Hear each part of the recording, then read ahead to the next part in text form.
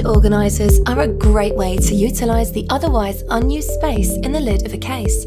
In most protector cases, they are attached by screwing into pre-moulded lid bosses, but in some older protector cases and all storm cases, they are attached using the adhesive backing.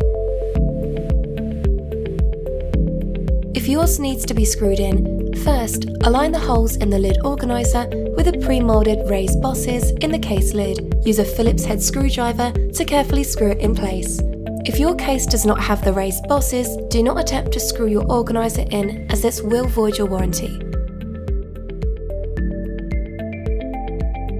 If using Velcro adhesive backing for the best attachment, first clean the stacking ribs on the inside of the lid and allow to dry.